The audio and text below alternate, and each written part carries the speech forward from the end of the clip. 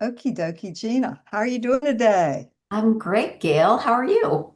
I'm good. I'm good. I'm so interested to talk to you today about your thoughts on the Gates Foundation. What big news for philanthropy. Indeed, very big news for philanthropy, which I think is creating a level of excitement, but also maybe a little confusion. And we can maybe allay some of that today. Yeah, yeah. So everybody, we're so glad you're joining us today on LinkedIn Live. We're going to have a little chat with Gina and myself just as people tune in and get on our LinkedIn channel. It's nice to be talking to Gina Vaughn, our Vice President of Client Services here at Gale Perry Group. I'm so glad to introduce you to our LinkedIn Live community, Gina. Hi, it's so nice to see well, I can't actually see you, but it's so nice that everyone's here. Yeah, yeah. And so, everybody, I am broadcasting from the beautiful Outer Banks of North Carolina in our family beach cottage. And that's why the background is blurry because it's not very attractive back there. And Tina, where are you broadcasting from today? I am in suburban Maryland, right outside Washington, D.C., in my home office. And since we're a virtual company, we have consultants stationed all over. So Gina holds down the fort in the DC area, right, Gina? I do alongside another colleague, Evan Northup. hmm And so now that we've got more people signing in, and I really want to introduce Gina. She's one of our new brain trusts here at Gale Perry Group, helping to lead capital campaigns, studies, and major gift programs all over the country. Gina, introduce yourself a little bit to us and share your background, which is so interesting. Well, okay. So, like a lot of folks who end up in fundraising, I'm kind of an accidental fundraiser. My early career was in politics. There came a point after I had my daughter in 2007 where I needed to do something that had a little more meaning for me. So, I started in fundraising in independent schools, spent some time there, and then after about a decade, rolled into consulting. So I have just joined the Gale Perry Group in the last year, but have been so enjoying working with a great team of colleagues. Well, hooray, hooray. So tell us a little bit more about your independent school experience, Gina. Yeah, so I was actually an annual fund director at an independent school, happens to be the school that I attended and where my daughter is about to graduate from, Georgetown Visitation in Washington, D.C. So shout out to my busy friends. And it was a great foundational experience in terms of fundraising because it's a very generous community. And as independent schools tend to be, they're a nice built-in constituent base. Really are. That's really are. I'm a product of an independent school, and so is all the women in my family. I believe in women's education. Right, Um, exactly. Very powerful. So let's talk about the Gates Foundation and the breaking news in the fundraising world of philanthropy, really, across the world for sure. Mhm. It's just happened, and I just want to give everybody a little bit of overview about the Gates Foundation because I looked up some data, Uh-huh. and the foundation was established only in 2000, and Right. Not that old. it's been a transformational force in global health and development. Mhm. Over its first 25 years, the foundation invested more than 100 Mhm. billion in Mhm. contributing to significant advances in childhood mortality and vaccine development. And so apparently, this release says that the Gates Foundation supported the development of over 100 health innovations, Mhm. including not only vaccines, but diagnostic tools. So they've been quite a player in the world of international public health, haven't they, Gina? Indeed. And things like preventable diseases that we don't really deal with here in the States, but things like malaria that are so prominent in the developing world, those are the kinds of things that the Gates Foundation has been working to eradicate. hmm And we have seen the Gates Foundation also support all sorts of ventures across the United States as well, not only in public health, but in other areas too. So this new decision that it's going to double its spending and commit over 200 billion Mhm. between 2025 and 20, that's going to Mhm. be a planned closure of the foundation at the end of 2045. What do you think?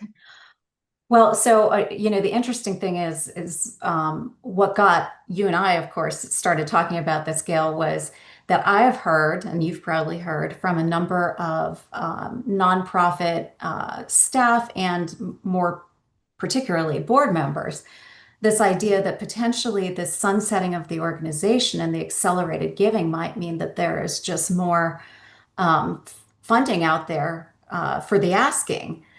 And the reality is that while, yes, there is going to be more funding out there, right? It's like in the last 20 years, they're intending to fund more, well, double what they did in the first 25. Um, it is, it's not going to necessarily involve a wholesale change or really much change at all, frankly, with regard to the funding priorities. Those are going to remain pretty stable. Yes, and I think that that's really the key point we wanted to make today Yeah. is yes, there's going to be more money flowing, but you have to be careful about your expectations because you were telling me yesterday, Gina, about board members who might have this idea. Yeah, I've definitely heard that a couple of times. Ready already? Yes, and this idea that all of a sudden, even if we've never been funded by Gates and we don't fit in the funding priority, should we be looking to them as funding sources? Um, and the answer is probably not. I mean, I'd love to say it's yes, and as much as all of us would love to see Bill Gates standing on a street corner, handing out money, it's not going to look like that. The funding priorities in the first 20 years, 25 years really revolved, as you said, around global health. Think about preventable maternal and child deaths, Mhm. US education, global economic development. Think about things like funding for sustainable agriculture. Well, not just sustainable, but also better agricultural practices that can enable developing countries to produce better, and also gender equality. And those things are going to largely hold true for the next 25 years as well. Mhm. So if you've received funding from the Gates Foundation in the past, Mhm. this is a green light for you to really start exploring possibilities, right? I agree with that. I think that is very likely the case, or to a lesser extent, but not an impossible one. If you fit within their funding priorities, there's an opportunity here Mhm. um, because more funds are going to be available. But having Mhm. said that, the one thing that the foundation has said is that their intent is to be um, targeting the funding priorities in a more they're looking for maximum impact. They're Uh-huh. looking for proven solutions. So less experimental types of solutions with, long runways, but more proven solutions that they already know will work and can have lasting impact and legacy. Mhm. Well, I was just out in Seattle for the International Fundraising Conference, AFP's ICON, and Mhm. we had I'm one of the donors to the AFP Foundation, and so we had a donor reception at the Gates Foundation Oh, did headquarters, you really? Okay. and they had a show and tell on one of the walls of one of the Hmm. halls that we went into about a compostable toilet Hmm. and how to deal with poop around the world. And it was very charming about all the different because poop this is toileting and sewage treatment Hmm. appropriately is a huge public health It is. challenge around the world. Especially as we get more and more greater population growth. And so there was this fascinating, I learned so much about Hmm. how they tried ideas, what worked in Africa versus other parts of the world. I was very impressed. I, I the impact that Gates Foundation funding has had in the world is remarkable. And they're poised to have so much more. I do think that one of the things that they're going to do a little bit differently, Mhm. and this is very interesting to me, is a great deal of their funding has gone internationally, but it has been funneled through US organizations who are doing work internationally. And Yeah. one of the things they've indicated an interest in doing is funding more proximal partners. So those are their words. So funding organizations in, for instance, Africa to do work in country rather than funneling it through US-based organizations. Mhm. And makes me think of this new concept we're dealing with in fundraising called trust-based philanthropy. Yep. No, and the notion. Do you want to comment on what your take on trust-based philanthropy?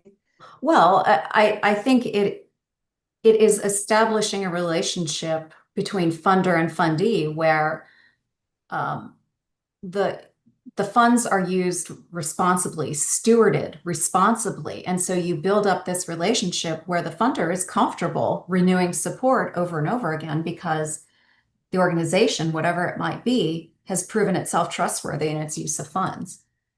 That's right. And also, I think perhaps it refers to the whole idea of unrestricted gifts Yeah. and trusting the organization to put the gifts to their highest and best use, not there's this idea about foundation people that they're sitting in their ivory tower figuring out the best way to change the world. Mm-hmm. Going to fund these programs, and I really support the idea of trusting organizations to Mm-hmm. use it wisely. And so as it's talking about giving directly to organizations Mm-hmm. as opposed to proximity partners. Right. So organizations in the countries where the work is being done, as opposed to organizations in the US who happen to be doing work in those countries. Fascinating, fascinating. Mhm. And so going back to these notes, I'm reading my notes here that the next 20 years, they're going to have an increased emphasis on impact and sustainability. How would you interpret that very, that sentence says a lot, or maybe it doesn't say anything, increased impact and sustainability. Well, so I think that goes hand in hand with the idea of proven versus, and I shouldn't say proven versus experimental because there may very well still be funding for somewhat experimental types of solutions to whatever the problem might be. But Mhm. I think impact and sustainability, this is what we know works. This is Mhm. what we know will work over and over again. And therefore, our highest ROI really is in putting our funds into something that we can already prove works. So that's what I think impact and sustainability is they want to see results and they want to know for sure that there will be results. And that's 200 extra billion dollars that's going to go over these next 20 years to proven programs. It is a challenge, I think, if you're a nonprofit, trying to get on their radar screen for the first time, even though there is a great big spigot of increased cash. Mhm. We had a question come Uh-huh. in regarding the movement to proximal support. Do US-based organizations that may be a funding recipient or were one in the past need to augment their case for support as a result? Um, as a result of this, not necessarily. I do think that there is always an argument to be continually refining your case for support to communicate impact. Don't you think so? I feel like that's something as organizations we all have to do all the time. Yeah, and I'm reading this question too, and it said, especially if they were a past recipient. Hmm. In addition to strengthening my case, I would send a letter of inquiry. Hmm. One of the issues I find, at least I have seen in my consulting career, Hmm. when an organization gets a grant, they almost treat the funder as this person way over there that they're afraid of, and they dare not do the report wrong, and they don't want to tell them about their challenges that Hmm. they're having executing this program. If you can possibly become friends, Hmm. develop a friendly relationship. We talk a lot in our LinkedIn lives and all of our work about developing friendly relationships. What do you think, Gina? Is that going to Well, be? I agree. Gail, when you and I were in a meeting earlier this morning, we talked about the sort of the collaborative ask. I mean, the same is true between organizations and fund in foundations. Mhm. Um, I think there has to be a partnership, Mhm. and an open discussion, and that is part of creating trust. Absolutely, that's so key, the notion of trust. Mhm. Trust is gonna sail you into the next Gates Foundation gift or grant because they already know you and trust you. But that means you have to be communicating. You have to Indeed. give updates. You can't be afraid of them.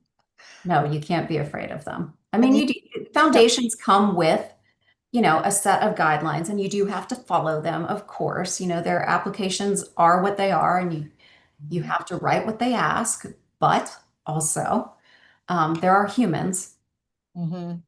behind those desks. And so I think that developing those relationships is always going to give you a leg up. So Gina, just to wrap up, what are your key takeaways that you want to tell everybody to remember when we close out today about the Gates Foundation making this momentous, earth-shaking announcement? Well, my key takeaway actually from this is yes, there's opportunity based on what the Gates Foundation has announced if you fit into their funding priorities.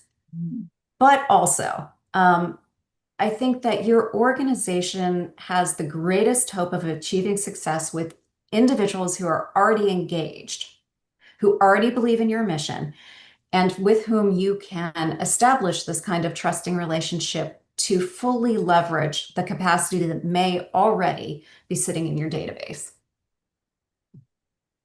That is brilliant. That is brilliant because key takeaway, you have capacity for more gifts sitting in your database. Don't need to go out and find new funders and new donors. You need to make sure that the ones you have are giving at their max, Mhm. that you recapture your recently lost donors, right? And that Absolutely. public funds, foundations, corporations, and individuals. All of these sources really are important to any nonprofit's business Mhm. funding strategy, your funding model. And the same principles work for all of them, and it is relationship and it is trust. Friendly relationships, everybody. That's our theme for the summer. And so thank you so much for joining me. This is your first LinkedIn Live. Hooray. You'll be Yay. featured many other times. And what is your call to action if somebody's contemplating a capital campaign, Gina? Oh, goodness. Well, I think the call to action is to know for sure what you want to raise money for and know for sure that a campaign is the way to get there, Mhm. right? Because a capital campaign is different than just upping your game and major gifts. Those are two different things. Mhm. And both are equally important, but it's Yeah, good to have an objective and be certain. that's right. And my takeaway is if you're planning a campaign or you want to have a fundraising growth plan, call us because Indeed. We would love to hear from you. that's our specialty. Look forward to chatting with you. And Gina, I'm happy to have a pro bono a strategy call with you anytime. Absolutely. Thanks, everybody. Have a great day and upcoming weekend. Thank you.